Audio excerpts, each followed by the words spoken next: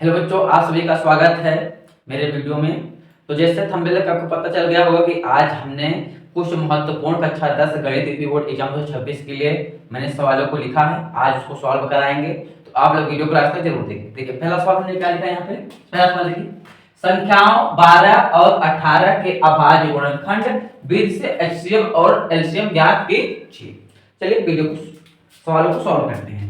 सबसे पहले हम लोग यहाँ पे लिखेंगे हल लिखेंगे यहाँ पे हम लोग। ए देखिए हमारा जो हमारा 12 है, क्या है 12, तो हम लिखेंगे 12 का अभाज्य गुणनखंड करेंगे तो क्या है हमारा 2 गुणते 2 गुणते 3 होगा।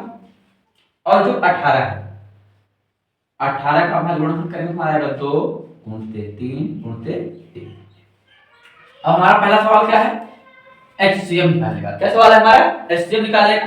तो यहाँ पे हम लिखेंगे, कैसे बोर्ड में लिखना है, सवाल को सॉल्व करना है, मैं उसे सॉल्व करके दिखा रहा हूं। यहाँ पे लिखेंगे एचसीएफ किसका एचसीएफ निकाल रहे हैं 12 और 18, 12, 18 बराबर करेंगे।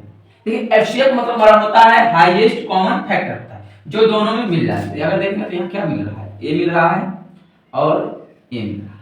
ये दोनों मिल रहे हैं नहीं, बिल्कुल मिल रहे हैं। तो यहाँ पर हम लिख देंगे इसको 2 गुणते 3 करेंगे कितना 2 3 12 और 18 का एचसीएफ कितना है हमारा 6 है।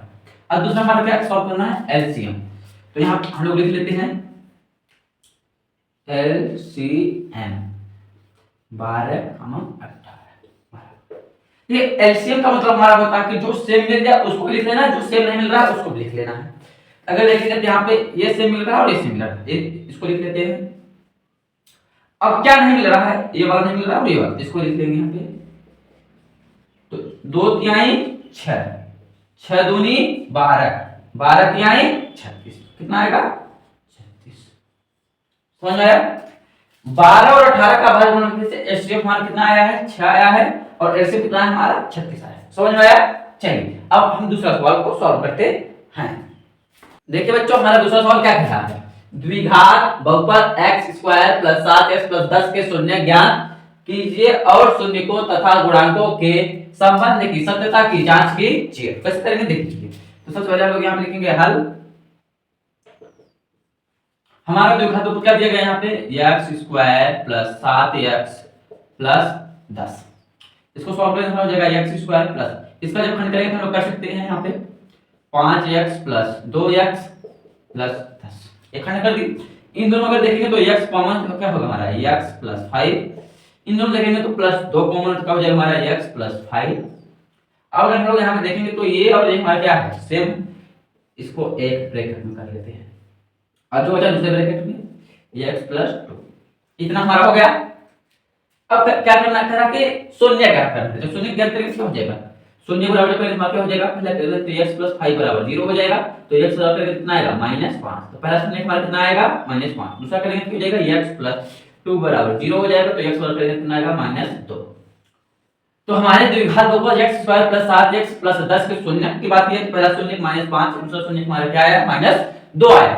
अब हमारा सवाल क्या कह रहा है कि शून्यकों तथा गुणांकों के संबंध की सत्यता की जांच कीजिए। अब जांच कैसे करना है, चलिए मैं आप लोगों को यहाँ पे बता देता हूँ कि जांच कैसे करनी है। तो पहला हमारा क्या हो जाएगा, पहला हमारा फॉर्मूला क्या होता है alpha plus beta. Alpha plus beta बराबर हमारा क्या होता है -b/a होता है, -b/a होता है। देखिए अब -b और a का मान नहीं, आप समझ रहे हैं कहां पे है -b का मान और a का मान क्या है ना। तो चलिए मैं आप लोगों को बता देता हूं कि क्या है b। देखो इसका जो x का गुणांक है वो a हो जाएगा, जो x का गुणांक है वो b हो जाएगा, एक तीसरा होगा हमारा c हो जाएगा। अल्फा का मान कितना है -5 है, -5 प्लस बीटा का मान कितना है यहाँ पे -2 है, ये -2 बराबर ये b का मान कितना है यहाँ पे 7, a का मान यहाँ कितना होगा 1 करेंगे तो -5 प्लस -2 बराबर -7, -7 बराबर -7। ये हमारा हो गया, पहला हमारा हो गया। अब दूसरा हमारा क्या होता है आप लोग जानते होंगे, दूसरा हमारा होता है अल्फा × बीटा बराबर c/a।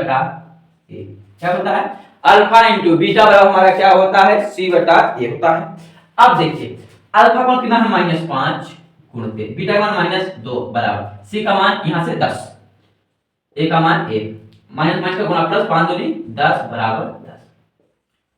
तो हमने द्विघात बहुपद x square plus 7x plus 10 का शून्यक विघात कर लिया तथा शून्यकों तथा गुणांकों के बीच संबंध की सत्यता की जांच हमने इस प्रकार से कर ली।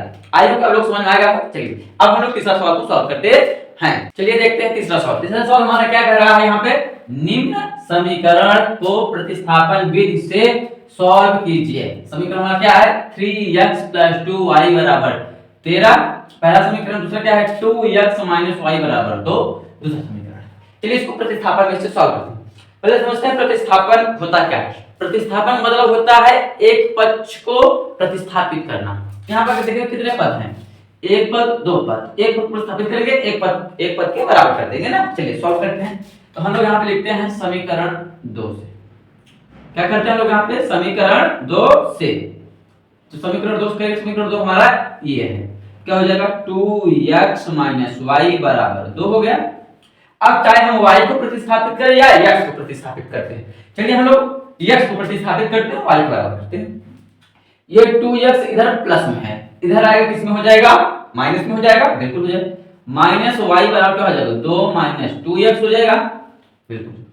अब क्या करते हैं देखिए माइनस y है, अब दोनों पक्षों में हम लोग माइनस कॉमन लेते हैं। जब माइनस कॉमन लेंगे तो क्या हो जाएगा y बराबर हो जाएगा हमारे यहाँ पे, ये माइनस में तो प्लस हो जाएगा, ये प्लस में तो माइनस हो जाएगा, ये हो जाएगा, बिल्कुल हो जाएगा हमारा।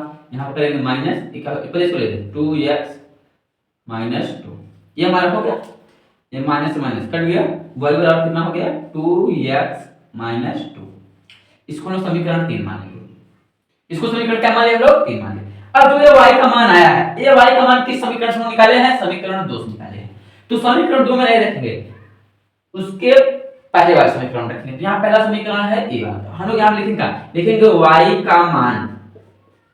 y का मान समीकरण 1 में रखने पर अब समीकरण 1 हमारा क्या है 3x 2y बराबर 13 है। तो चलिए करते हैं, ध्यान से देखिएगा 3x 2 y के स्थान पर समीकरण 3 क्या है 2x 2 है, यहाँ लिखेंगे 2x 2 बराबर कितना है यहाँ पे 13, कितना है 13 लिखेंगे, क्या लिखेंगे 13 लिखेंगे। 3x 2 का जब मल्टीप्लाई करेंगे तो 2 दूनी 4x हो जाएगा, जब इसमें करेंगे कितना आएगा 2 दूनी 4 बराबर 13 हो जाएगा।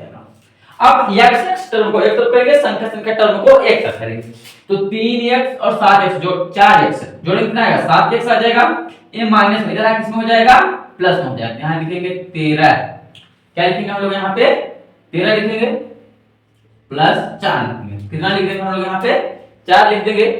जब हम लोग यहाँ पे 4 लिखेंगे तो क्या हो जाएगा हमारे यहाँ देखिए 7x बराबर 17 हो जाएगा, x बराबर करेंगे तो कितना आएगा 17/7 आ जाएगा।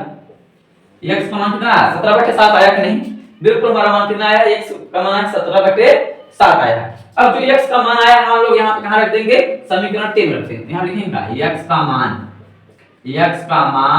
समीकरण 3 में रखने पर जब हम लोग यहाँ पे रखेंगे तो क्या हो जाएगा हमारा क्या है y बराबर 2, x का मान क्या है 17/7 माइनस 2 हो जाएगा। करेंगे जब y बराबर क्या हो जाएगा 17 दूना 34/7 माइनस 2 कर देंगे, कितना आ जाएगा y बराबर करेंगे आ जाएगा हमारा 34 माइनस 14/7, y बराबर आ जाएगा हमारा 20/7, ये हो जाएगा y। समझ में आया तो नीचे पर लाइक कर दीजिएगा।